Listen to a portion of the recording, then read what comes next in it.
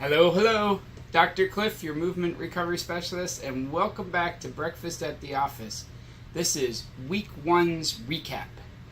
Now, this was a short week because we started in the middle, so there's only 4 yogurts that we're going to look over again.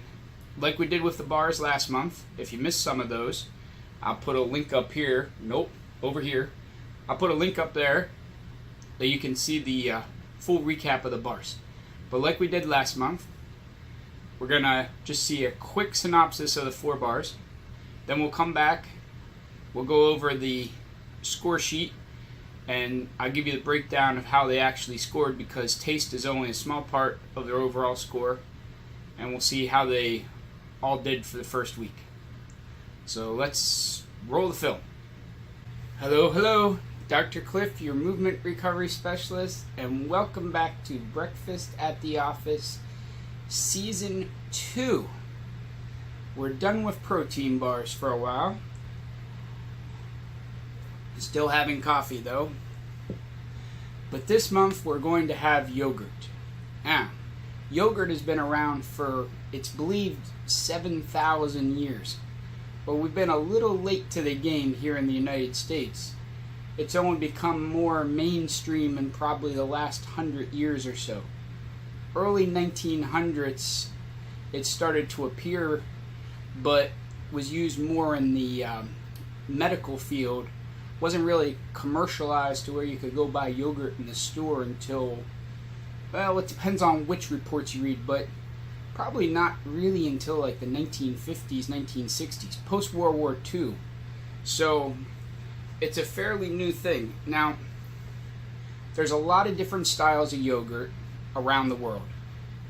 It's made with milk, typically cow milk, but it can be made with sheep milk, goat milk, yak milk, just any type of milk really, that then has bacteria added to it that helps to kind of curdle the milk and make it more solid. We are going to review yogurts that are mainly what's termed Greek style,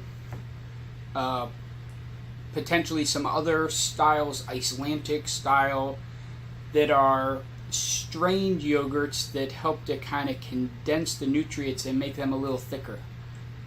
The reason we're doing that is because it increases the protein content, and just like the bars last month, I like to have something for breakfast that has a little bit of protein in it. So all the yogurts that we review are going to have at least 10 grams of protein.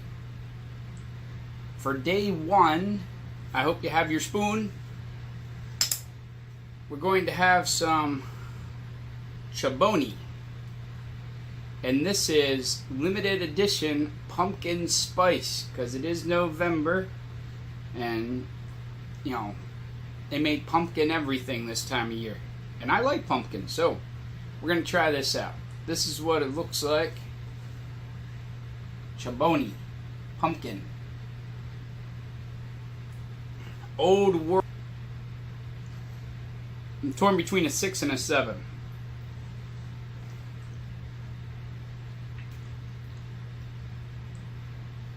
I'm going to give it a 7. It's a week 7. But it's good.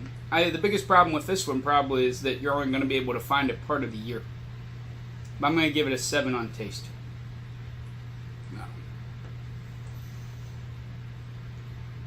A little thinner than the yogurt that I enjoy the most. Today. I'm excited about this one because it's a Siggy's.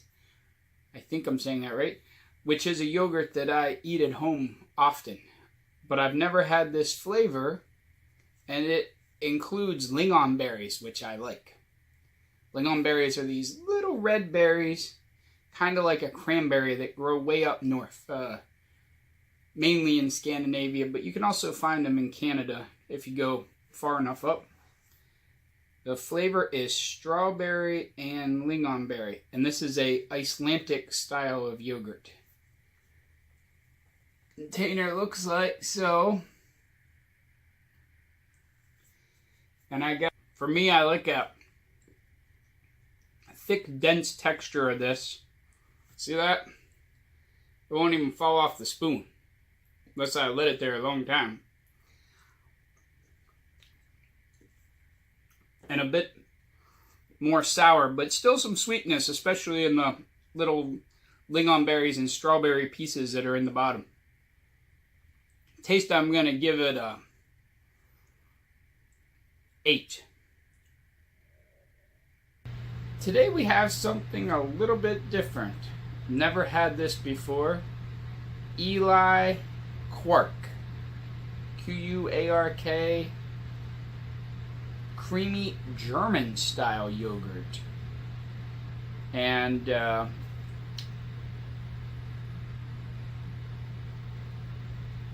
it looks like this.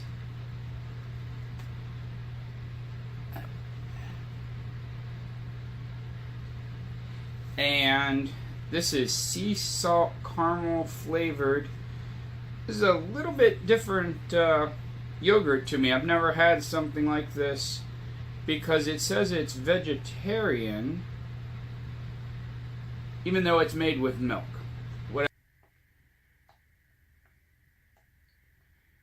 It's creamy. It's a little on the... I don't dislike it, but it's not as good as I was hoping for. Taste, I'm going to give it a 5. So, just a average. Not a weak 5, not a strong 5, just a 5. This is the 000 brand, which is pretty popular. I see it just about everywhere. I got this at the Publix grocery store, but you can probably pick it up just about anywhere. Looks like so. It's made by Dannon, so they're a big company. So I'm sure you can get it in a lot of places. And some people like their yogurt, you know, a little more on the dessert style. I like my yogurt a little more sour, a little less sweetener. Even though this has no sugar, it must have something else in it. What do we got here? Stevia. Stevia extract in this.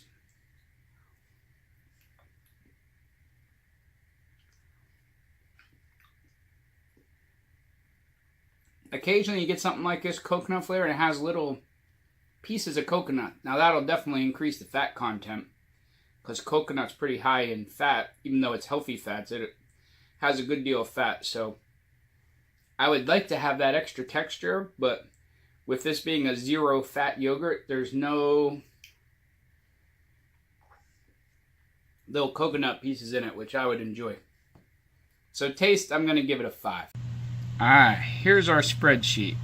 As you can see, we have the 4 yogurts across the top. The Chobani Pumpkin, the Siggy's Strawberry Lingonberry, the Elli Quark Sea Salt, and the Oikos 000 Coconut Cream.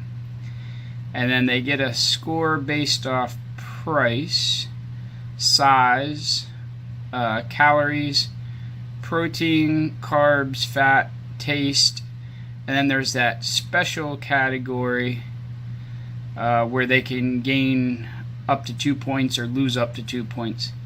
Then protein source, and then allergies, but I didn't put anything in for allergies. I mean, it's pretty clear that if you're allergic to milk, then all of these are an issue.